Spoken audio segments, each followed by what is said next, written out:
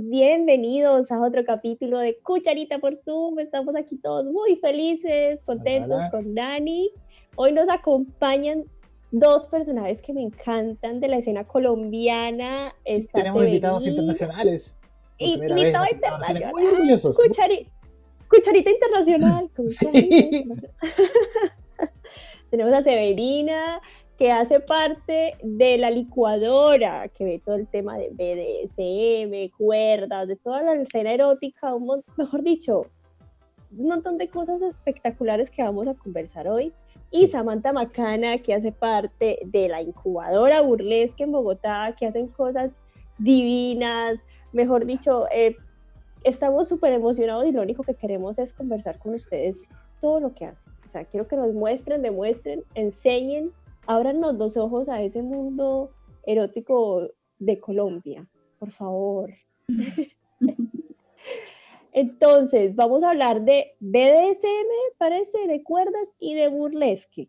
Entonces, yo quiero saber cuáles son esos conceptos que nos ayuden como a descubrir. ¿Qué es lo que significa cada cosa, pensando en alguien que no tiene idea de qué es eso? Acabo de llegar y no sabemos nada. ¿Quién va? ¿Samantha o arranca? Oscar, usted arranque con el BDSM. Bueno, de todas maneras hay que contarles una cosa, y es que cuando representamos de algunas de las sensibilidades eróticas que funcionan en Colombia, que tiene que ver con las sexualidades alternativas, en este caso el famoso BDSM, quizás el bondage, que hace parte de la definición, pero Colombia es un país de muchos millones, no muchos. Algunos, Espera, ahí. Mencionaste el concepto de sexualidades alternativas. ¿Qué significa eso? Porque yo creo que de ahí parte un poco todo, digamos. Es justamente sexualidades que ya se han salido desde hace tiempo de lo que llamaríamos la norma convencional, que es el sexo básicamente reproductivo. Así empezó una referencia que hay otra alternativa a la sexualidad convencional. Esa era la diferencia inicial. Luego eso empezó a llenarse de otras cosas, que no solamente el tema reproductivo, sino también la sexualidad alternativa. Está todo el tema patriarcal, todo el tema falocéntrico, todo el tema, se empiezan a meterse de un montón de cosas, y es este sexo que de alguna manera se trata de separar, alejarse de las sexualidades, digamos, convencionales o hegemónicas.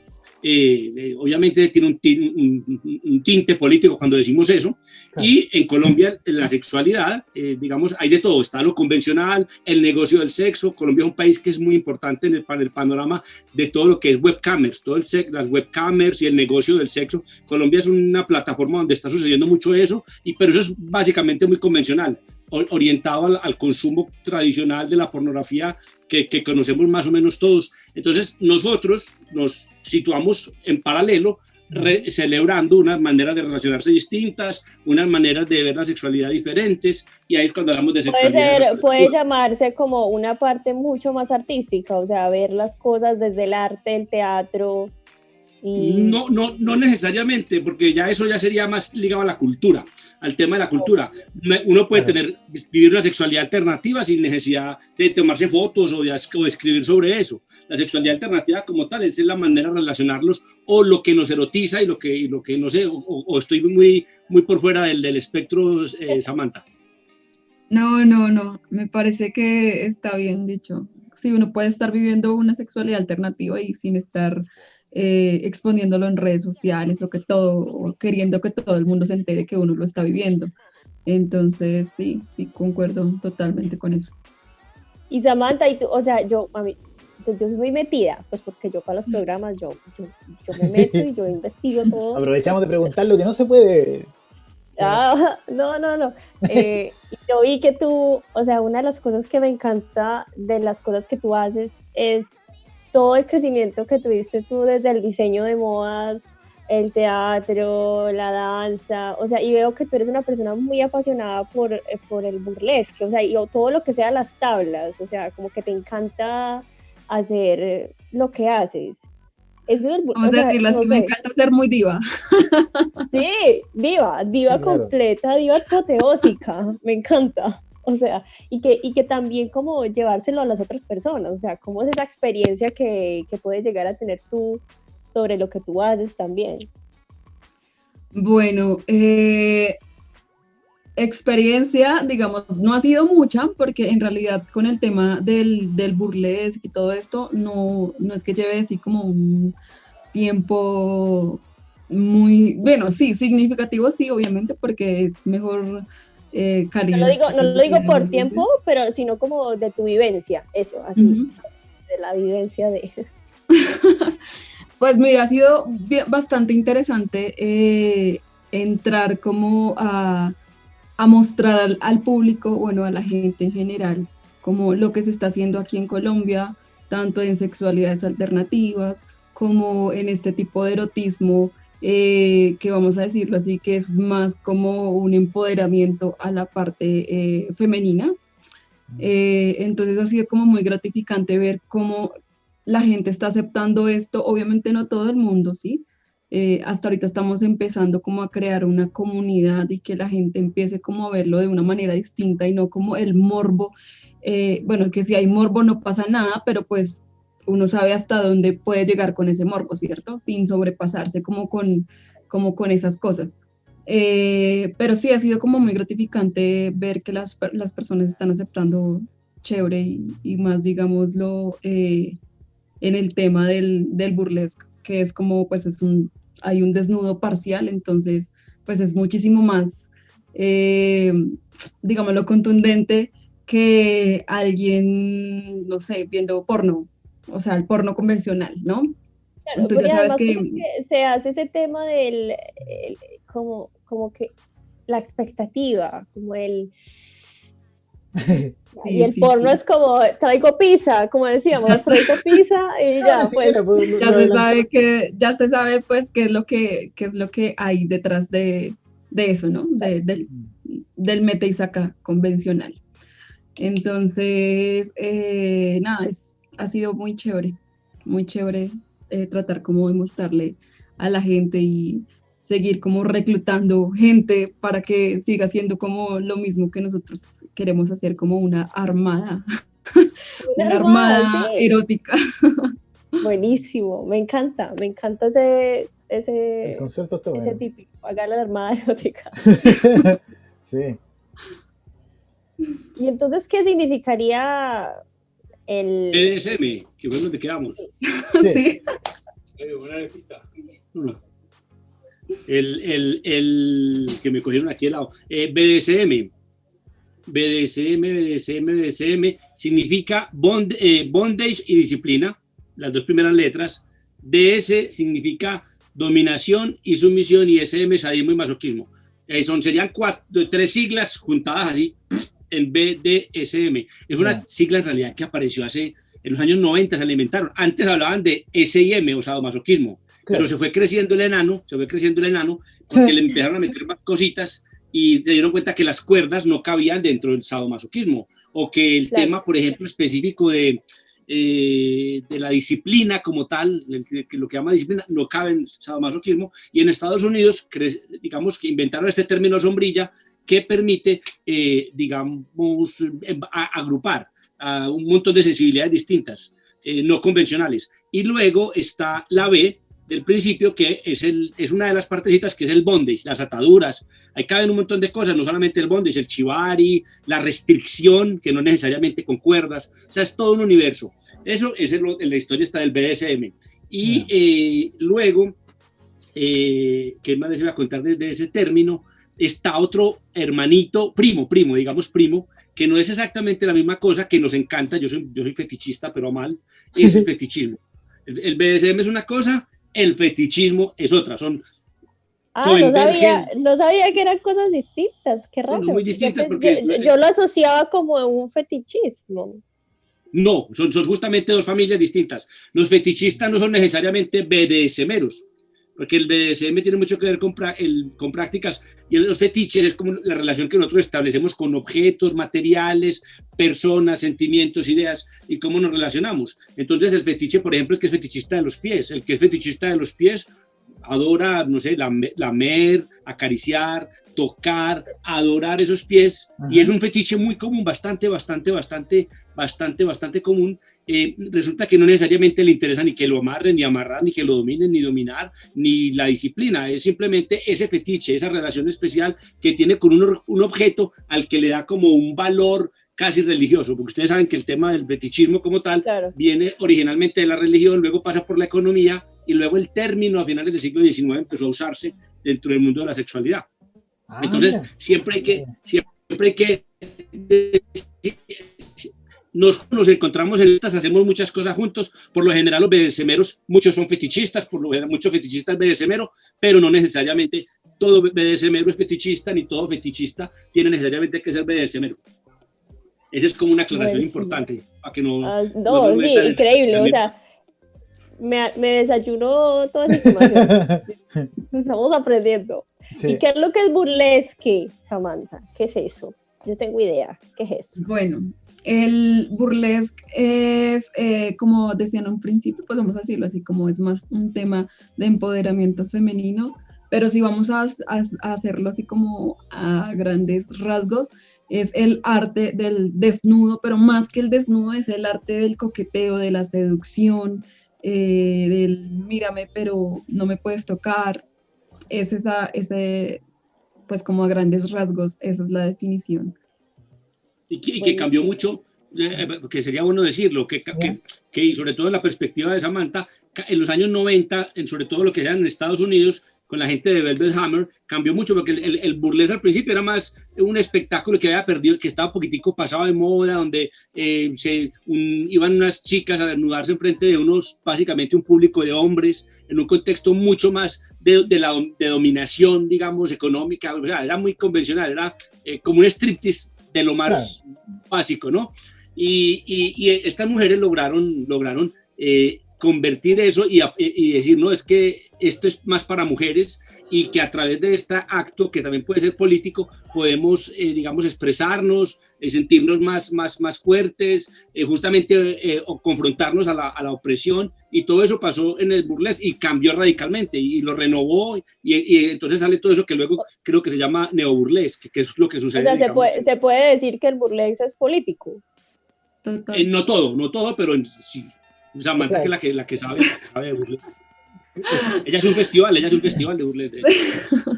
Pero que sí, no todo el burlesque es político, o sea, ya uno le mete, o sea, depende de lo que tú quieras expresar, de lo que quieras brindarle a un público, ¿no? A veces se dejan enseñanzas o moralejas o lo que queramos como dejarle a un público, y a veces no, a veces simplemente es el espectáculo en sí del baile con el desnudo parcial. Entonces puede ser tan artístico como... Es que toda expresión artística o depende de ti. Política. Sí, exacto, todo depende de lo que uno quiera, pues, dejarle al público. Pues ustedes conocen ciertamente a un gran nombre, pues, que todos nos derretimos porque nos encanta, que es Dita Von Teese.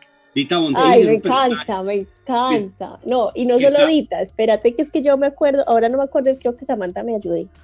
Es una drag queen que hace que también hace burlesque, que se llama... de las de RuPaul, de las que salieron Violet Chachki. Bueno, no es el nombre. ¡Ay! Me muero. O sea, con Dita y con ella, no. Yo enloquezco, sobre todo que Dita, o sea, Violet se monta como en un aro y empieza a girar en el aire, y Dita se mete en una copa. No, o sea, es teatralidad al 1000%, o sea, si eso existe. Pero lo que quería decir con eso es que ahí es el espectáculo de su manifestación, puro espectáculo, o sea, hagámoslo bien, en lo mejor posible, en las mejores condiciones, técnicamente y estéticamente, somos los mejores desde la perspectiva del espectáculo del burlesque.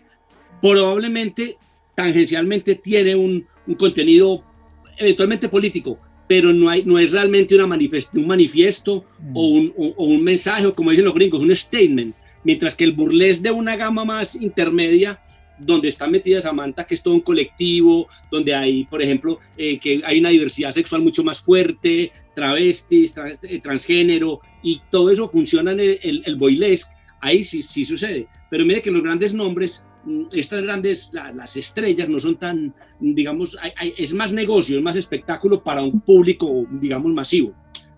Claro. Pues, pregunta. ¿En qué minuto, porque me interesó esto como del tema cultural que hay detrás, ¿cachai? ¿Y en qué minuto una sexualidad alternativa necesita o se transforma en un, digámoslo, espectáculo cultural o en una opinión política o en un movimiento político, ¿cachai? ¿Cómo pasas a eso? ¿Cómo transformas una práctica privada, entre comillas, en algo que quiere representar o que quiere decir algo a la comunidad, digamos? Pues, ¿qué te digo? Digamos que se puede manejar, digamos, como el tema de la sexualidad y eso, como en paralelo a lo que se quiere expresar. Digamos, yo lo puedo utilizar ya sea en el atuendo, como en la parte de la escenografía, lo puedo manejar en la teatralización. Entonces, ya todo como depende de cómo se quiera, digamos, montar el espectáculo. Se puede hacer prácticamente las mismas disciplinas o las mismas prácticas que se hacen en privado, solamente que a este se le va a poner un poquito más de picante, como para que sea más llamativo, para que o exageración, ¿sí? Para que la persona pues como que quede ahí como más enganchada con el tema. Y no como si, digamos, fuera una fiesta privada y que la gente ve jugar a la gente y es como, ah, sí, miren, ahí le están pegando. No, ya claro. En un escenario hay que explotarlo más para que la gente quede ahí como enganchada. Una de las cosas que yo quería conversar con ustedes y en realidad que me parece muy, muy chistoso es que generalmente a nosotros los latinos,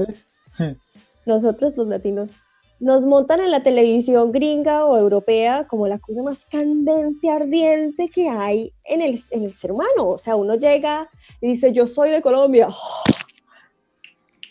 Ven para acá, merengue, salsa, calentura, tanga, Brasil. Pero en realidad la cultura latina es muy mojigata, o seré yo, o en realidad nosotros como alrededor de Latinoamérica, la mayoría somos muy mojigatos, o sea, como que nos cuesta soltarnos, o sea, ¿soy yo o es real? ¿Qué ven ustedes como en esa escena, Severina, por ejemplo? Pues no, yo veo, somos mojigatos, sí somos mojigatos por una tradición que tenemos pues cultural innegablemente, tiene que ver con varios factores, un factor cultural, un factor de una evolución cultural que hemos tenido, que hemos estado un poquitico al margen también, frente, digamos, a las tendencias, hablando de Occidente, no, ubicándonos en Occidente, como si hiciéramos parte de Occidente nosotros, lo que a veces es relativamente dudoso, pero bueno, supongamos que hacemos parte de Occidente sí, y que estamos al menos que estamos en esa película. No, pero nosotros somos el margen, nosotros somos los márgenes, los bordes nebulosos donde están los límites, nosotros vivimos como en esos límites. Nosotros no, digamos, la revolución sexual no sucedió en el contexto latinoamericano, la seguimos. También la revolución industrial no sucedió en el contexto latinoamericano, la seguimos. Y las grandes revoluciones, digamos, académicas que se hicieron en el siglo XX suceden no en la periferia, sino en los centros de pensamiento. Eso ha sido así. Hoy en día las cosas que esperemos que estén cambiando un poco. Entonces nosotros siempre estamos un poquito rezagados. Y las cosas nos llegan...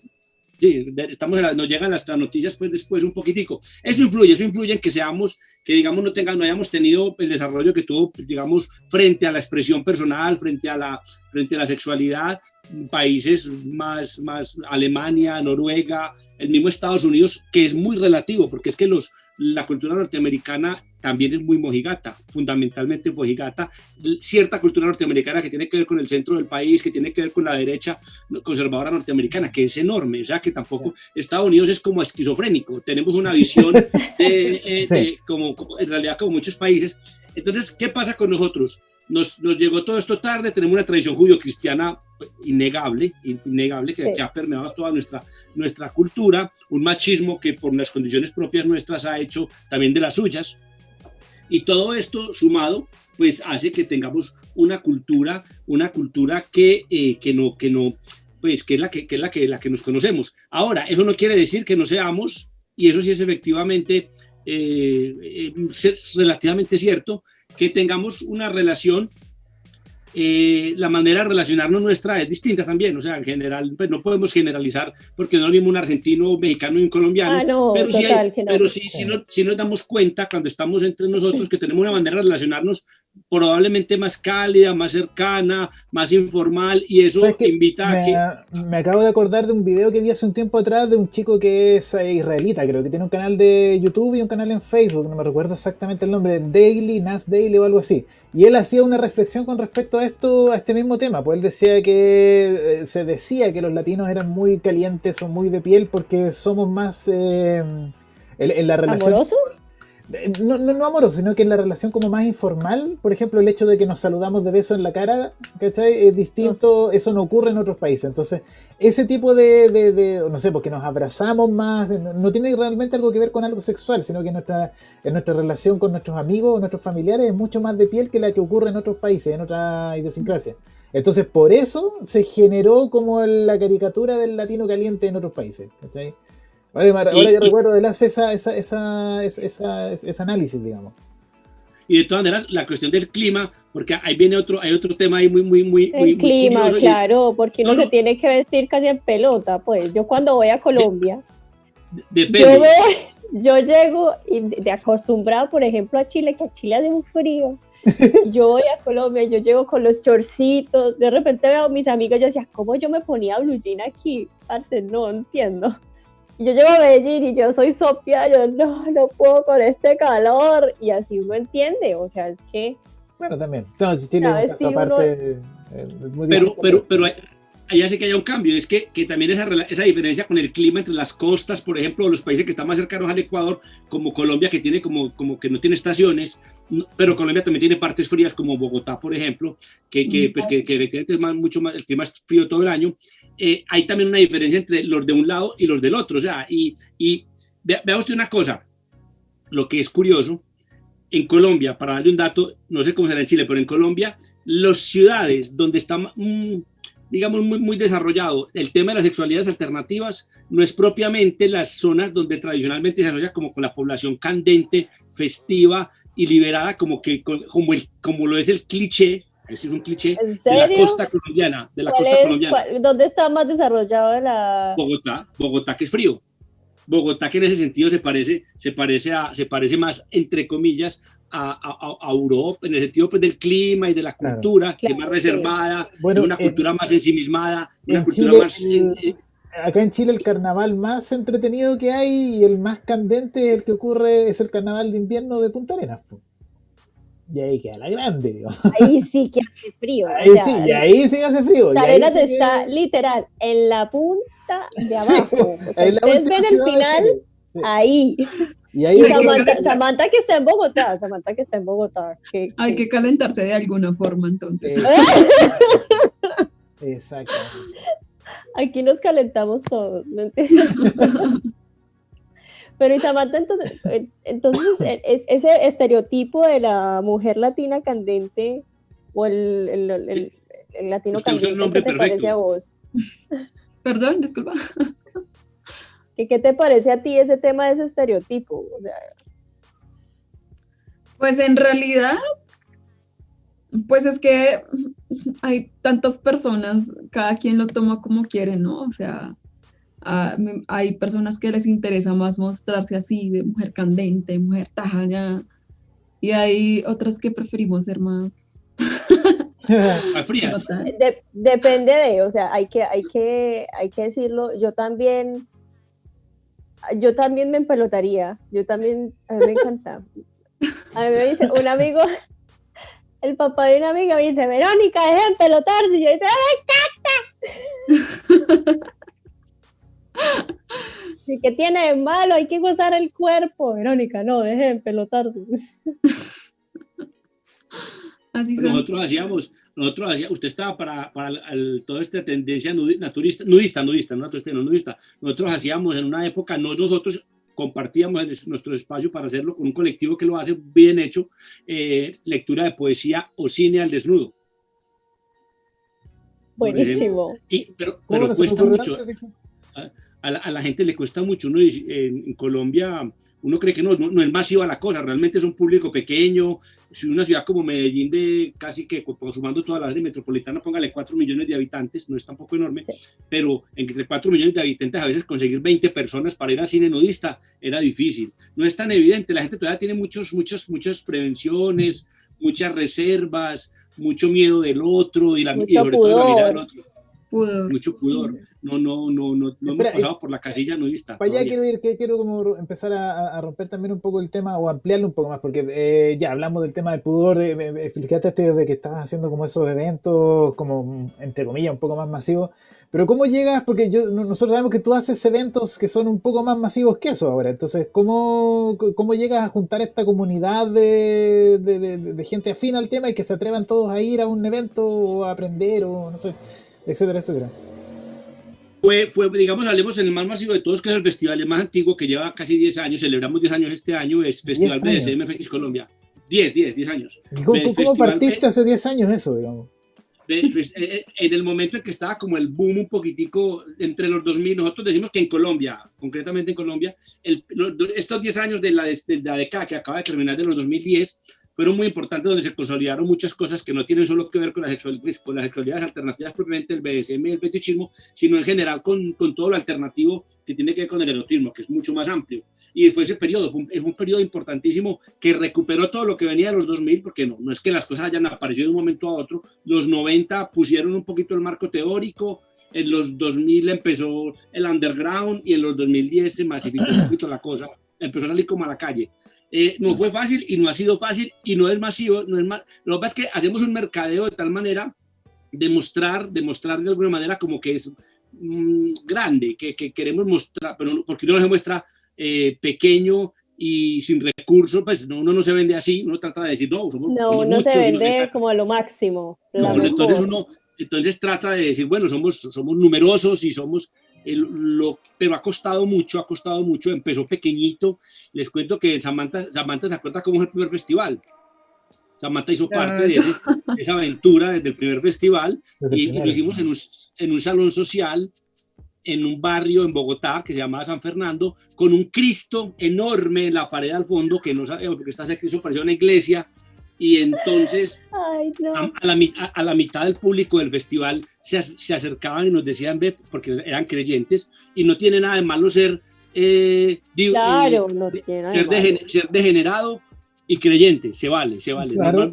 Se vale. Entonces muchos creyentes llegaban a decirme, hombre, me molesta mucho con ese Cristo ahí, es que no le pueden poner una toalla, una sábana, alguna cosa en la cara. Yo no sé si se sentían como escrutados, juzgados. Claro. A la otra mitad del público le fascinaba porque son de los que los excita el tema que los vean, el boyerismo. El tema, se me olvida el nombre cuando la gente que le gusta atacar a la iglesia. No blasfemo, porque no es blasfemo, como que le gusta vestirse. ¿Como anarquía? Como que le gusta vestirse de monjas y curas y tener sexo entre ellos. ¿Hay algo así? ¿En serio? Sí, que le gusta como coger los símbolos religiosos y los sexualizan. Entonces, la otra gente le gustaba tener un Cristo ahí, pues, entonces fue muy relativo. Empezamos así, pero éramos muy pocos. ¿Cuántos podríamos haber sido ahí, Samantha, en ese primer festival? En ese primer festival, por ahí unos 50. Pero un montón de gente. Sí, no, tampoco es tan poco. Yo he ido a cosas así acá en Santiago y más que eso, No, mucho menos. No, ya ha crecido mucho y entonces casi todos nos conocíamos. Por lo general, casi todos nos conocíamos, así fuera por internet. Así fuera por internet. Y ahí había una red muy importante que todavía existe que se llamaba FetLife. En Colombia fue el canal como Fet, como fetiche, y Life, FetLife, para que busquen y se metan. Entonces ahí es como un Facebook, pero sexual y sin censura. Y alternativo, ¿no? Ya, entonces, lo voy a buscar el tío. FetLife. Entonces nos metimos, esa red nos permitió como hacer toda la conexión y fue nuestro canal al principio para hacer todas estas cosas, pero nos costó mucho luchar contra los prejuicios, luchar contra los vecinos, porque pues no crea, con la policía, a ver qué era que estábamos haciendo nosotros allá en ese salón. Entonces sí, pues digamos, tampoco es dramático, ¿no? Nunca tuvimos como situaciones dramáticas. ¿O qué recuerda eso? Pero siempre es como, no, pero no se preocupen, todo está bien. Pues la gente sí, digamos que aquí la cultura es como que si hay una fiesta o algo así, la gente pasa así como que se les va a los ojos a ver qué es lo que hay. Entonces, claro. Nosotros había un momento en que teníamos pues la puerta abierta para que pues la gente pudiera llegar y entrar, obviamente. Porque era un festival público. Ajá, y nosotros pues había una, no recuerdo, creo que eso fue, había una lista pues de las personas pues que se inscribieron y podían pues entrar, ¿cierto? Porque no era como que, ay, yo paso por ahí, ay, ¿qué es eso? Ay, yo entro. No, sino como que teníamos como una lista de invitados, pero pues la puerta estaba abierta y la persona que estaba pues ahí en la puerta pues como recibiendo a la gente y eso pues también tenía de alguna u otra forma su pinta, entonces la gente como que, ay, ¿eso qué es? O sea, como, sí, entonces sí, pues no hubo así como, no recuerdo bien esa primera vez si hubo policía, creo que fue más para la segunda, ¿no? Pero creo que fue para la segunda vez que hicimos el festival, que sí hubo policía, que están haciendo, que no sé qué, que porque gritos, no recuerdo, creo que había una vez alguien que estaba gritando como mucho en el salón y bueno, la gente como que se alarmó y bueno, eso fue más que todo, pero no así como algo como, ay, pero ya después no nos quisieron prestar ese el salón social, porque ya sabían que para qué era, porque además del festival se hizo pues otras actividades ahí en ese mismo, la convención, en ese mismo pues espacio, entonces ya como que ya nos tenían fichados y dijeron como, ya no más. Con los dañaditos, nomás. Claro. Nos tocó buscar otro espacio. Pero desde ese ya no más van 10 años. Ah, sí, no, pero ya seguimos a otros sitios más sensibles, porque este sitio era un sitio muy neutral, era un salón social de un barrio normal, clase media, digamos que... Detrás de una iglesia. Detrás de una iglesia, era un espacio donde se podía hacer tanto un bautizo, un matrimonio. Partieron bendecidos. Sí, con ese Cristo allá colgado, ese es el que nos dio la suerte. Si uno es fetichista pues religioso, dice, no, esta era nuestro amuleto. Tenemos que consagrarnos a Jesús, no sé si uno puede consagrar a Jesús para el festival. El caso es que luego ya empezamos a acercarnos a lo que sí hay que acercarse, que son los espacios alternativos de la ciudad. El tercer festival se hizo en un espacio que todavía existe, que es Latino Power, que sí era un espacio contracultural, donde hay conciertos, representa la diversidad de la ciudad en todos los espectros culturales, musicales, artísticos e inclusive políticos, y empieza uno a conectarse con sus semejantes, ¿no? Uno empieza a buscar a la gente que se parecía a uno, y ya empezamos siempre ya a conectarnos con todo con espacios de verdad que antes sintieran que les gustaría acoger al festival, y no al contrario.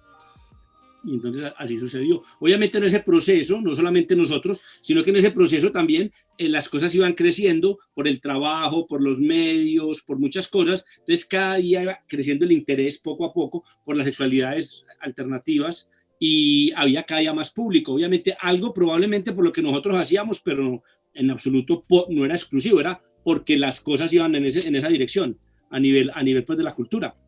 Entonces así fue que... Y también las alcaldías, o sea, como que se interesaron por los festivales de ustedes, o sea, hubo como respuestas del gobierno, así como que los buscaron. Bueno, yo creo que eso ya fue un trabajo más de digamos que de una representante del BDSM aquí en Colombia, que fue Ana Claudia, porque ella quería hacer, desde un principio, pues tenía planes de montarse una corporación pues que fuera reconocida, que fuera como aceptada por la alcaldía, que no hubieran persecuciones ni de policías ni nada de esta cuestión. Entonces fue un trabajo que ella estuvo haciendo por varios años, asistiendo a reuniones con la alcaldía, nuevos proyectos y un montón de cosas que ella estuvo haciendo como para que digamos, no hubiera como tanta persecución por ese lado. Entonces, a partir de ahí, pues empezaron como con el proyecto ¿cómo es que se llama? Estamos en la diversidad. Eso, exacto, los de diversidad. Empezaron a meter su granito de arena como en esto y a estar como acompañándonos en distintos eventos. Entonces, no fue como que ellos llegaron un día y dijeron, ay, sí. No, fue un trabajo que se vino haciendo desde varios años. Sí, porque lo que logró hacer Calla fue algo muy importante y era mostrarle a las instituciones qué era lo que estaban haciendo y qué era lo que estaban haciendo, porque en principio las instituciones son más bien ciegas, o sea, no tienen, o piensan a través también de todos los clichés con los que piensa la gente, y si hubo un trabajo ahí de sensibilización, desde el lado de sensibilización de los estamentos, lo que hizo que efectivamente rápidamente, digamos, la oficina que se encarga de eso en Bogotá, de diversidad, sí tuviera dentro de la ecuación de la diversidad en Bogotá el tema del BDSM y del fetichismo. O sea, que entendiera que eso existía, que había que tenerlo en cuenta y que era un actor de la escena cultural erótica de la ciudad. Entonces eso sí es importante porque, digamos, yo por mi lado personalmente procuro o trato muchas veces de no trabajar con el Estado. No me interesa mucho. Yo, mis actividades. Pero sí se ha hecho un trabajo, digamos, donde ellos saben quiénes somos y al menos tienen ya una idea clara de qué es lo que está pasando y ayudan, que eso sí es un trabajo que se hizo, que efectivamente no es de la noche a la mañana. No fue de la noche a la mañana. Hace poco entrevistamos a uno que fue director de diversidad sexual, a Prieto, Juan Carlos Prieto, lo tuvimos la ocasión de entrevistarlo hace como un mes y medio, 2 meses, y nos contó pues justamente esa evolución y cómo ellos desde la institucionalidad, no sé cómo funcionará en Chile, pero cómo ellos desde la institucionalidad percibieron que era lo que estaba en juego y cómo entró toda esta sexualidad a la ecuación y cómo ellos desde el Estado entendieron que había ahí también un elemento que había que tener en cuenta a la hora pues, de pensar la diversidad en la ciudad, porque la diversidad no es solamente LGBT, orientación claro. LGBTI, también hay prácticas que no tienen necesariamente que ver con género. Que no tienen nada que ver con el tema de la orientación sexual, o sea, ya es abierta a todos, o sea, las prácticas las hacemos todos. Exacto.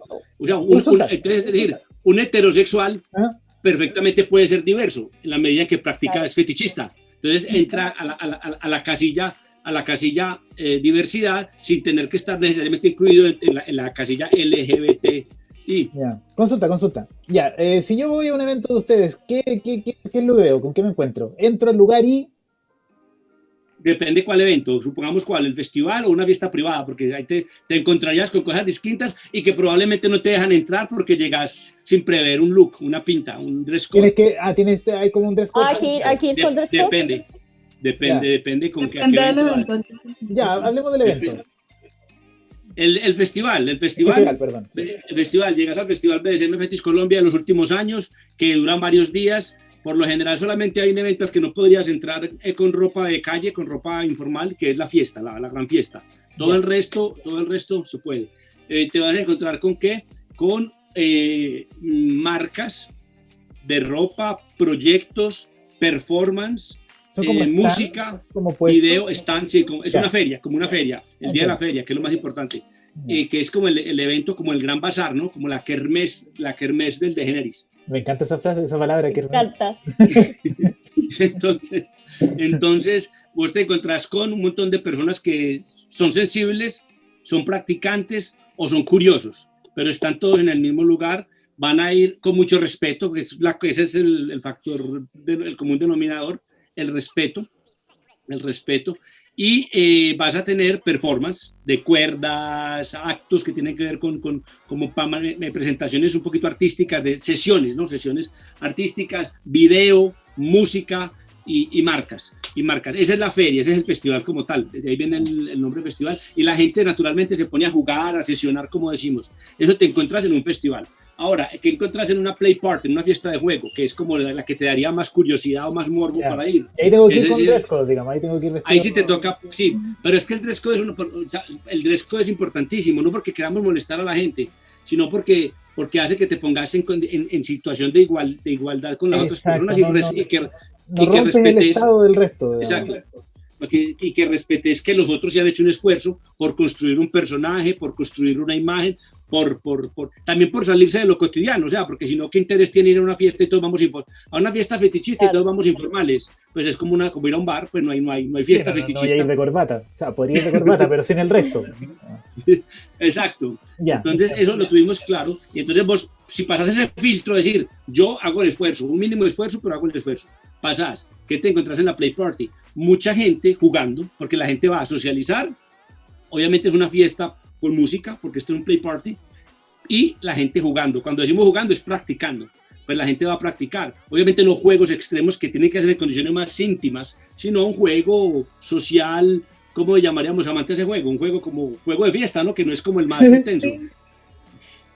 Pues digamos, eso ya depende de cómo uno empiece a interactuar con las personas, ¿no? Pues uno puede estar en una fiesta, pero también puede estar jugando bien, digámoslo, con todo el protocolo del mundo, con todo, pues como toda la parafernalia.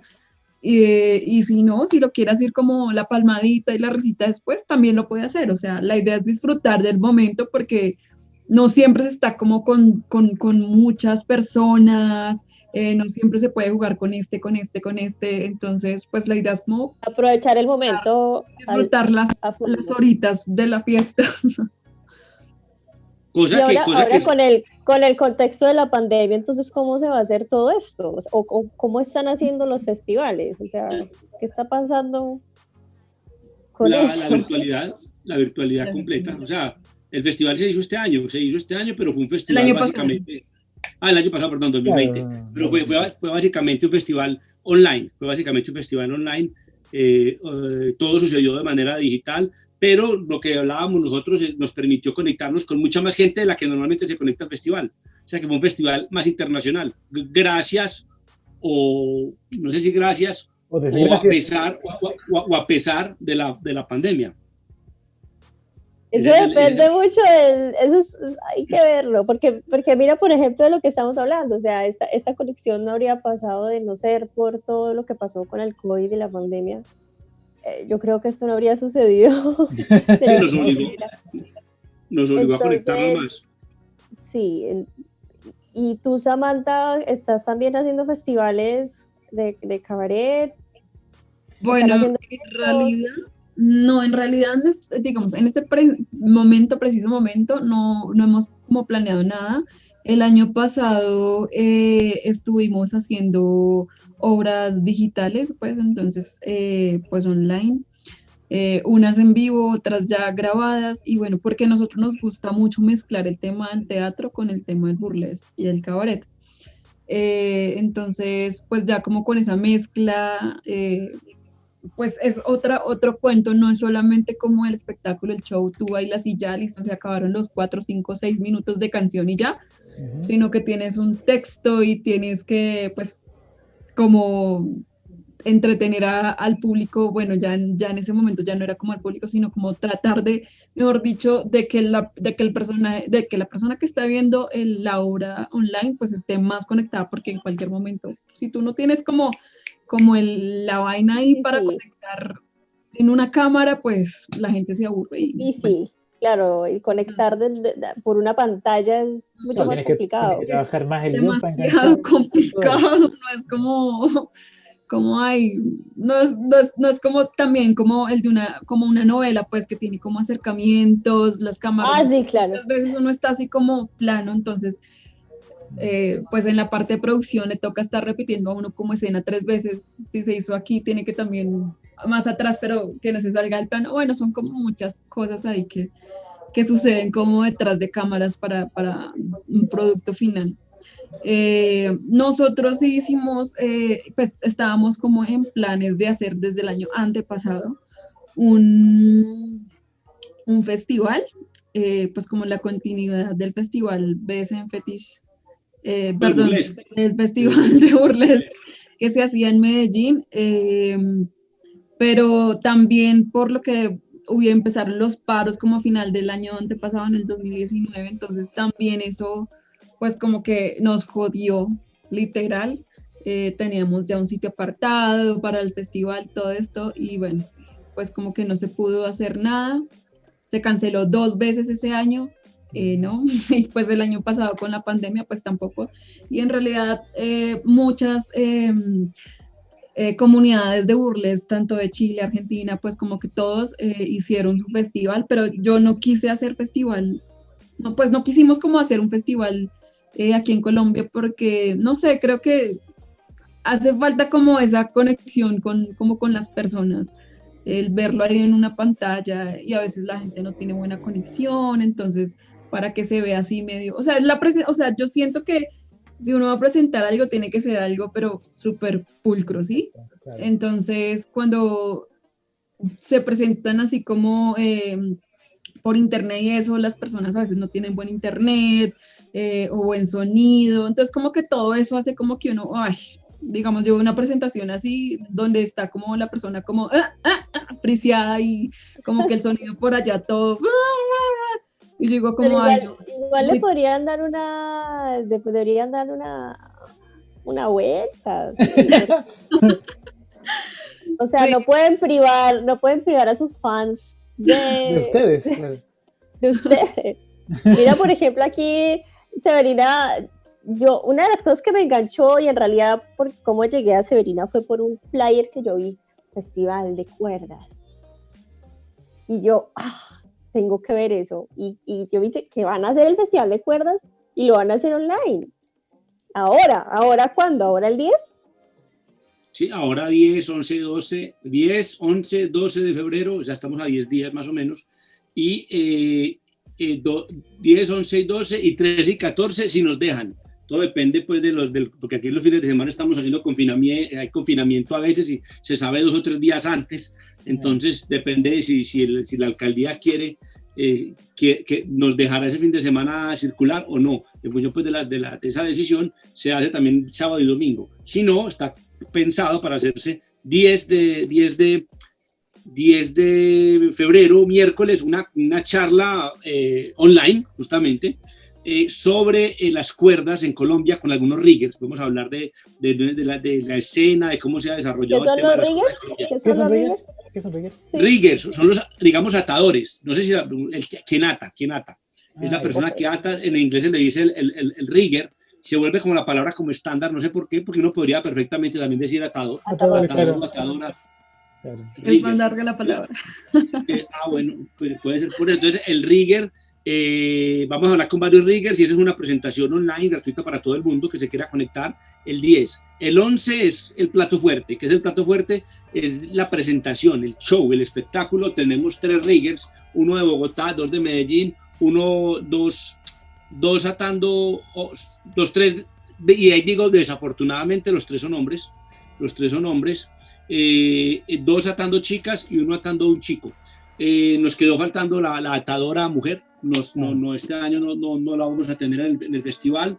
Y de verdad es interesantísima la presentación, cada quien tiene su universo, porque en esto es como un lenguaje, ¿no? Cada quien es como quien escribe, cada quien escribe su párrafo de una manera distinta y cada quien se interesa por cosas distintas. Entonces una sesión no son siempre iguales, son 3 maneras de hacerlo, 3 maneras de relacionarse, 3 técnicas a veces, y visualmente son cosas distintas. A veces juega más la relación dominación-sumisión, a veces juega más la relación con el espacio, estética de cómo estoy atando a la persona. Entonces es muy variada, muy diversa todo lo que puede suceder. Disculpa, y el enfoque ahí es como tutorial, así como para que yo, si entro a ver el espectáculo, ¿aprendo a hacerlo o voy a ver una performance? No, es ver un espectáculo, básicamente ver un espectáculo hecho por alguien que podríamos decir es de lo mejorcito, de lo mejor que tenemos en la escena local y nacional. Luego el viernes, ese está limitado solo a 16 personas físicas, porque el aforo es pequeñitico, pero se transmitirá de manera profesional, ahí sí insistimos en lo de profesional,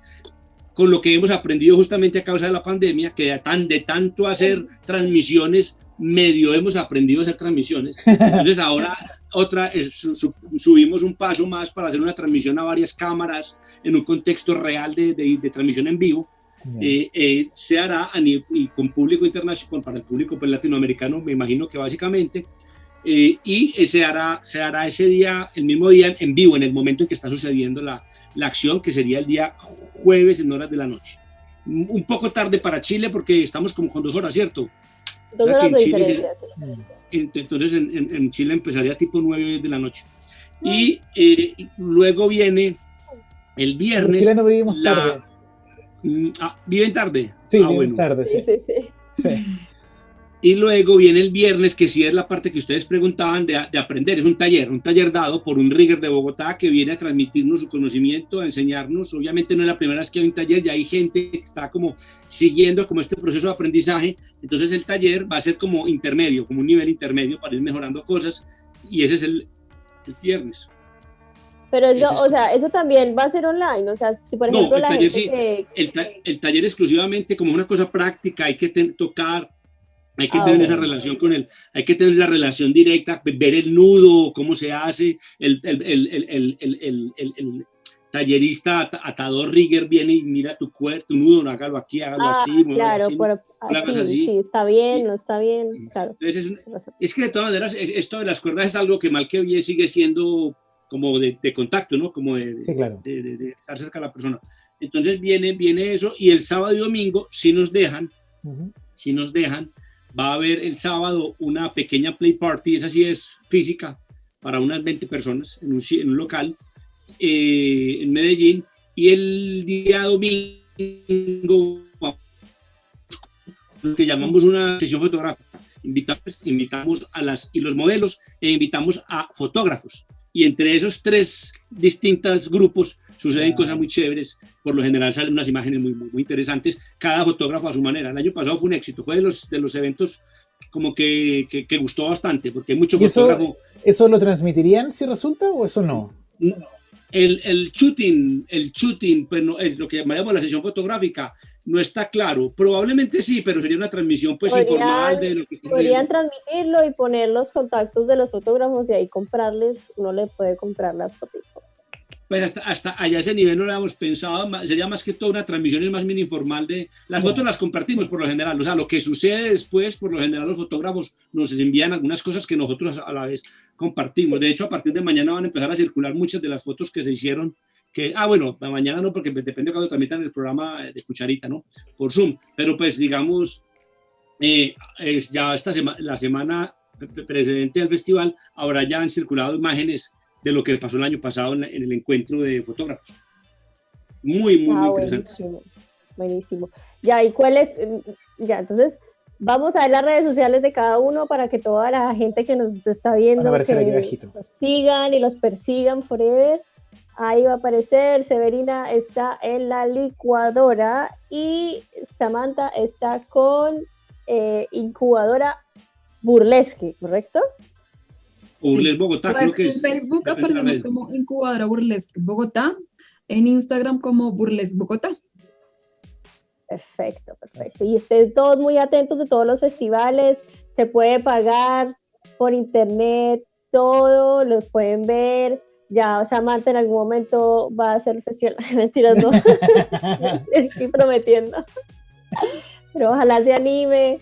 Y nada, les quiero agradecer a todos, muchas gracias por venir, muchas gracias por compartirnos sus conocimientos, por Dios que nos abren a todos la mente y el corazón, y me encanta que todos como que nos saquemos todos estos pudores y nos empelotemos todos juntos. Y una pregunta, ¿y ustedes, que por saber, ustedes alguna vez han ido a una fiesta fetichista al menos BDSMera? ¿O tienen todavía una visión pues, más como una visión más desde lo que perciben pues por las redes, por internet? ¿Han hecho la experiencia real? Yo fui una vez a una fiesta, pero fue como para mirar nomás. No he practicado nunca nada que tenga que ver con eso. Sí he practicado algunos fetiches aparte, pero así como BDSM no. Ajá. Yo no. Pero me encantaría. O sea, muy bien. Ya, me quedan las ganas, estoy antojada de ir a queda ver pendiente. burlesque, de ir a ver todas las ferias BDSM, quiero ver esas cuerdas, quiero aprender cuerdas en algún Sí. momento, me encantaría, Sí. quiero matar a gente. Pero riga. Pero Y no soltar es las que, manos. que hay que decir que les cuento un chisme, ¿no? Yo creo que Samantha puede estar de acuerdo conmigo, que Samantha conoce bastante bien toda esta historia y todos estos intríngulis de todas estas prácticas y todo este proceso que ha habido de desarrollar. El tema es que las cuerdas son como una manera, como que la gente no se siente tan culpable. La gente no se siente tan culpable, entonces es seductora y es una manera por la que entra mucha gente a todas estas sexualidades. O sea, las Claro, cuerdas, porque la claro. gente llega de una manera como no se siente tan perverso, no se siente tan. Porque Claro. una cosa es No quiero sientes que le estás que me. haciendo daño al otro, sino que es Exacto. un juego un poco más leve, pero es entretenido. Claro. Y Pero la, sí, Como y la la gente lo asocia. entrada. Y la gente lo asocia con algo muy sensual, con algo leve, Sí. con algo que tiene que ver con un ritual. Entonces es una puerta que nos ha favorecido mucho porque por las cuerdas es que entra mucha gente que luego empieza a descubrir que resultó que le gustaban también otras cosas. Pero la puerta, las cuerdas ha sido una puerta que la gente entra sin tanta prevención, sin tanto miedo y no se siente tan culpable. Culpable en el sentido de no me siento tan como que soy tan dañado o tan pervertido. Dañador, claro. Entonces llegan y eso nos ha ayudado mucho. Entonces este festival es una buena excusa o una puerta para que la gente penetre sin miedo, o sea, sin la aprensión que hay de pronto de ir a un festival BDSM, o sea, ya usted está directamente yendo al festival de los sadomaso. Entonces la gente a veces le da, ya el nombre tan de por sí te da miedo. Te genera, no quieres vos que salga la foto tuya ahí en el festival allá abajo. Sí. Hola, mamá, ¿qué tal? Claro. Bueno, muchas gracias, chiquitos, por hacer cucharita por Zoom con nosotros. Los esperamos en otro, ojalá tengamos otro episodio, hablemos de otras cositas más. Mejor dicho, muchas gracias. O sea, es lo único que decir. Sí, muchas gracias por estar con nosotros. Gracias a ti por la invitación. Y bienvenidos a Cucharita por Zoom y ojalá cucharemos otra vez. Bueno. Ojalá. Chao, amigos. Cuídense.